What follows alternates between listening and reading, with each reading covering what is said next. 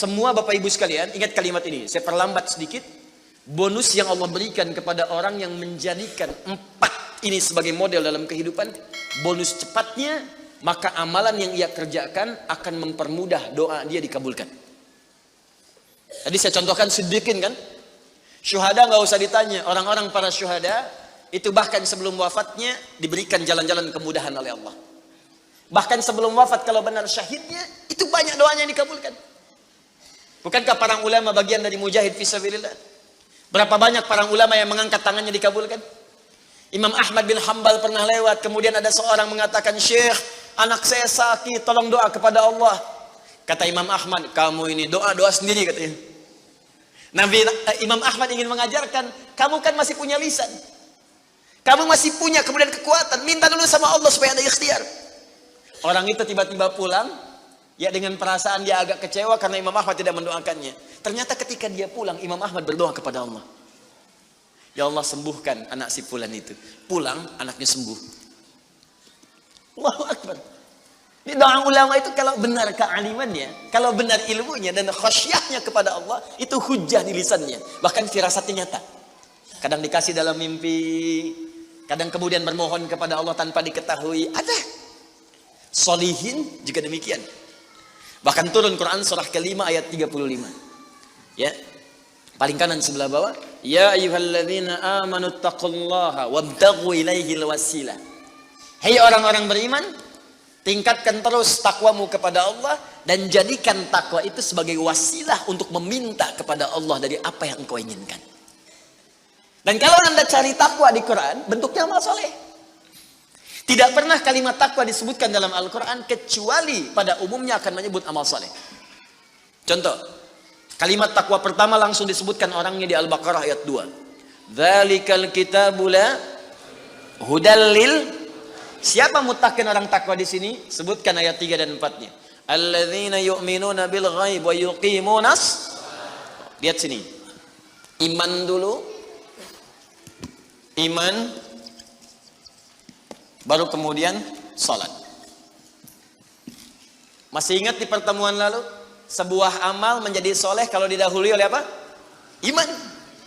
Di iman itu nggak akan dipisahkan dengan amal soleh. Ada iman, maka amal berubah jadi soleh. Dalilnya Quran surah ke-103. Wal innal insana lafi illa alladzina amanu iman wa amilus soleh. Amal soleh. Apa wujudnya amal soleh itu? Jadi rumus cepatnya begini. Iman akan melahirkan sebuah amal yang dengan sifat iman ini menjadi soleh. Kalau iman dipadukan dengan amal soleh, maka akan berubah menjadi takwa namanya. Karena itu ketika Allah menyebutkan kalimat takwa dalam Al-Quran, baik dengan kata benda, ya, noun, muttaqin, muttaqun, atau kata kerja, verb, fi'il, tattaqun, yattaqun, ittaqau, pasti setelahnya akan bertemu dengan iman dan amal saleh.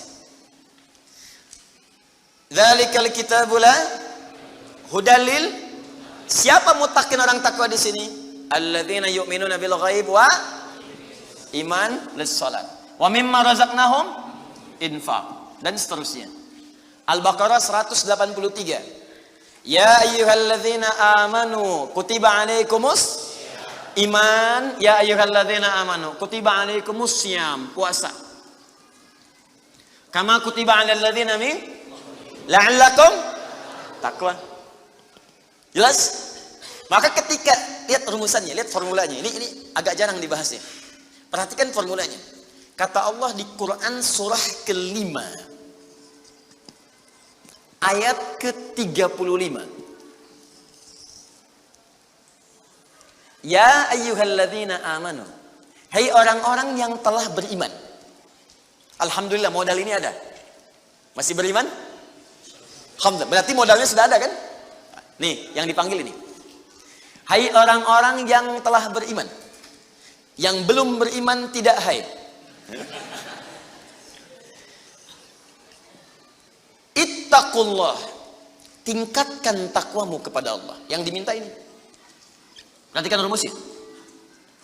Hai orang-orang yang telah beriman, tingkatkan takwamu kepada Allah. Wabtaghu ilaihil wasilah.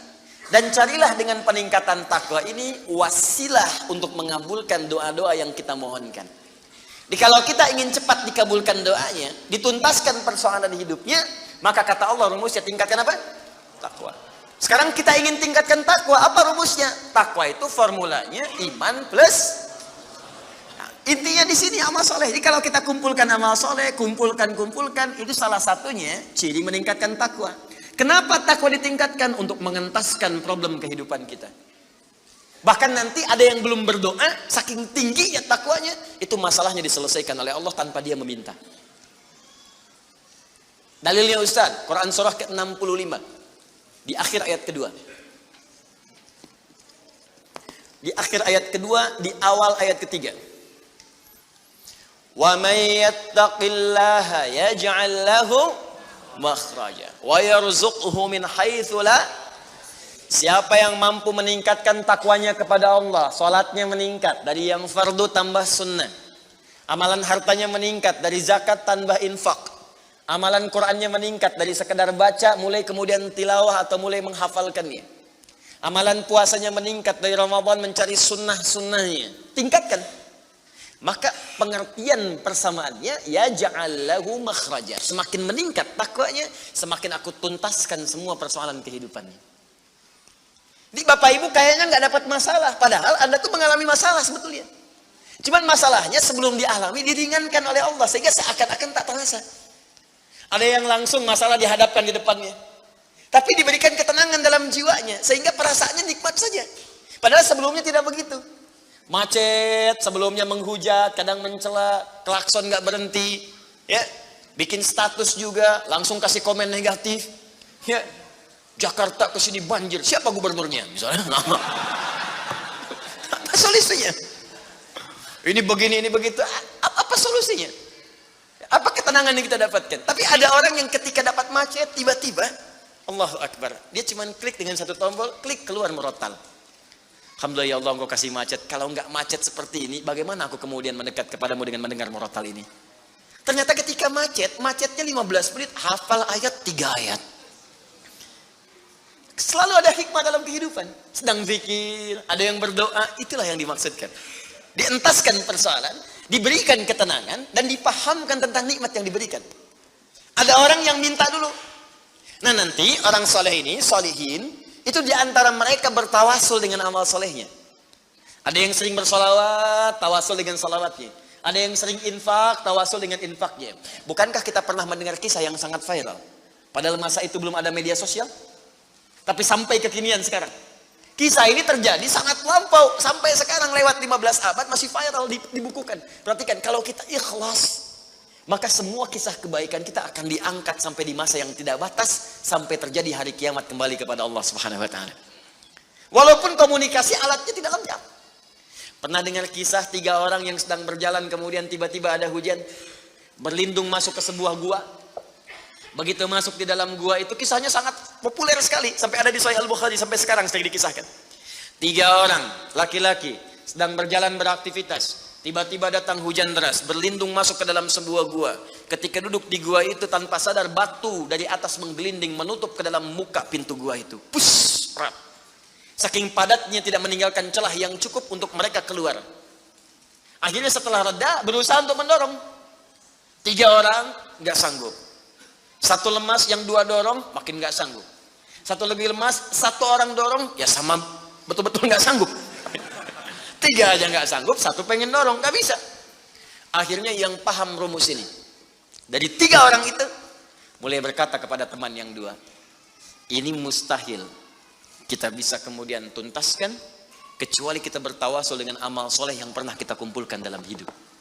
Jika kita sudah merasa tak mampu sebagai makhluk, maka ini tanda dari Allah untuk meminta kepada Khalik. Dan disinilah kita disadarkan oleh Allah pentingnya amal soleh. Maka kalau kita sudah merasa amal soleh kita bermanfaat, bahkan bisa dipakai dalam doa, nanti akan semakin semangat amal solehnya. Itu rumus Pak Bu. Di sekarang banyak orang itu tidak mengerti kenapa mesti beramal soleh. Karena itu ketika diminta beramal, malas.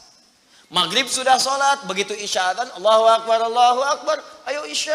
Kok cepat amat, barusan udah maghrib sekarang isya lagi. Tapi kalau orang yang ibunya mengerti, Allahu Akbar, mudah-mudahan tiap menit sholat. Kata bisa minta. Minta. Bukankah dalam sholat itu minta? Ya, Rabbighfirli warhamni wajburni warfa'ni. Permintaan semua. Dalam sujud minta lagi, minta. Selesai. Maka 3 orang itu bermohon dengan amalannya. Yang satu mengatakan, ya Allah, saya punya seorang ibu yang saya baktikan hidup saya untuk melayani beliau. Saya bekerja pulang kemudian tidak pernah saya mengambil sesuatu sebelum ibu saya dulu. Apa yang saya lakukan sebelum tidur, saya kemudian siapkan susu untuknya saat bangun, kemudian saya berikan terlebih dahulu. Saya tidak pernah menyentuh makanan sebelum ibu saya terlebih dahulu menyentuhnya. Satu kali saya datang, ya Allah, mendapati beliau sudah tertidur.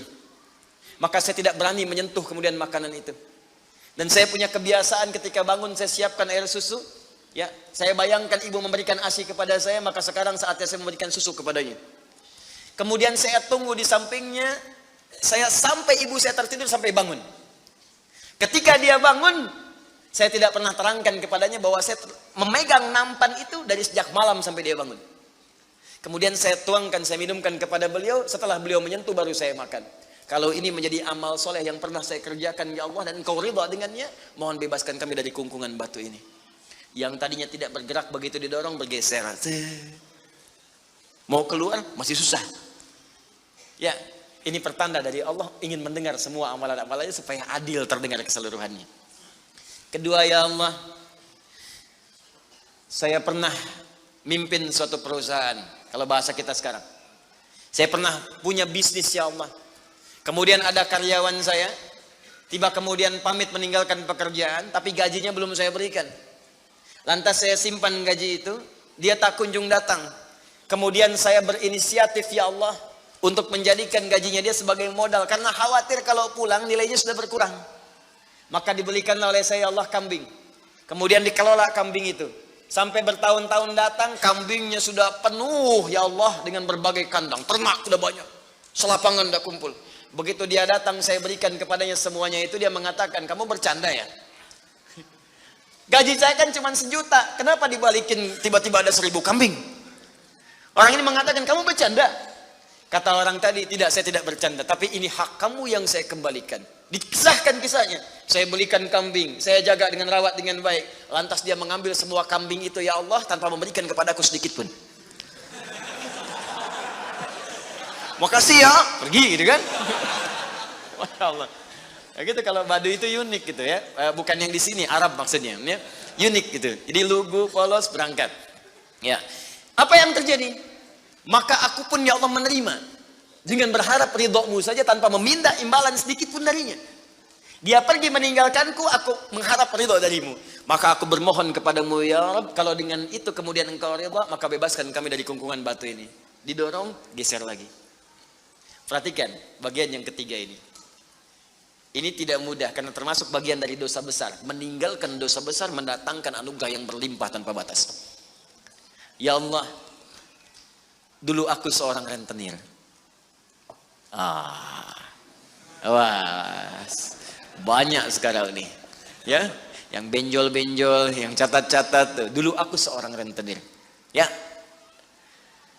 Kemudian, ya Allah, aku pinjamkan kepada orang-orang untuk mengambil bunga yang berlipat dan lebih banyak. Tapi aku mencintai seorang putri dari pamanku.